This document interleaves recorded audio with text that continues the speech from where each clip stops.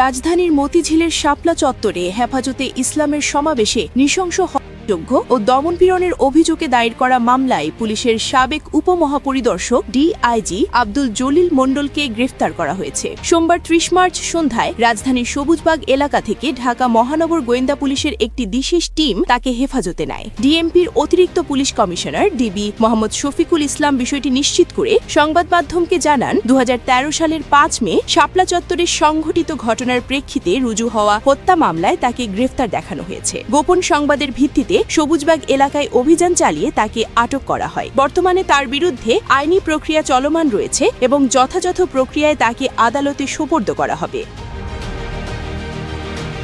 ২০১৩ সালে সেই বিতর্কিত অভিযানে আব্দুল জলিল মণ্ডলের ভূমিকা নিয়ে দীর্ঘদিন ধরেই নানা মহলে আলোচনা ও সমালোচনা ছিল। তৎকালীন সময়ে তিনি পুলিশের গুরুত্বপূর্ণ পদে আসীন ছিলেন। মামলার নথিসূত্রে জানা যায়, ওই রাতে শাপলা চত্বরে সমবেত হওয়া সাধারণ মানুষ ও মাদ্রাসা শিক্ষার্থীদের ওপর নির্বিচারে বল প্রয়োগ ও প্রাণহানির ঘটনায় তার সংশ্লিষ্টতার প্রাথমিক প্রমাণ পাওয়ায় এই ব্যবস্থা গ্রহণ করেছে ল এনফোর্সমেন্ট এজেন্সি।